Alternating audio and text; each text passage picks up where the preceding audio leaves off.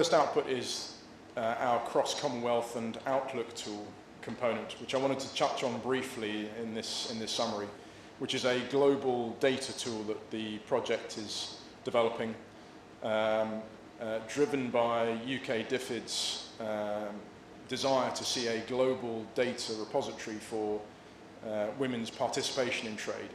And the idea of this tool is to become a global open source tool accessible to everybody, but one in particular that informed governments in their creation of policy around women in trade, and for their understanding of the impact of their policy on small businesses and small businesses owned by women in particular.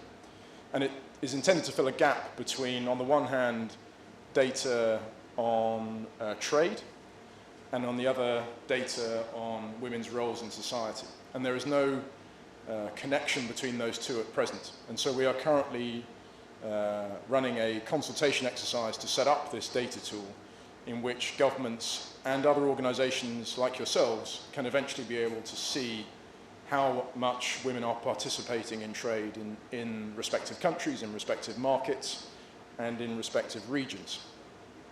I wanted to draw attention to that. It's an ongoing process. It's not something that we can show you yet, but it's one of the tools that we would offer to organizations like yourselves to understand the impact of policy and then your actions within those policy frameworks.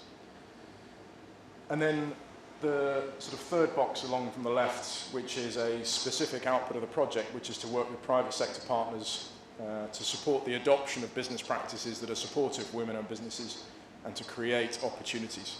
And we find our experience across those 4 countries, and the reason that the multi-country aspect is relevant is that we are learning lessons from different markets, from different contexts. And one of the key lessons is that this is profitable. It is profitable for private sector businesses to develop opportunities for women-owned businesses. I would draw one example of Safaricom, for example, in Kenya, who have refined and amended and developed their procurement process to set targets for procurement from small businesses owned by women. And the result of that is a more profitable Safaricom. Their partnership with small businesses is very beneficial to them, but also to small businesses. And we'll hopefully hear from Maersk later, and thank you very much for the opportunity to hear from you later on some of the practices that Maersk have put in place, which is a real leadership in that field, so thank you.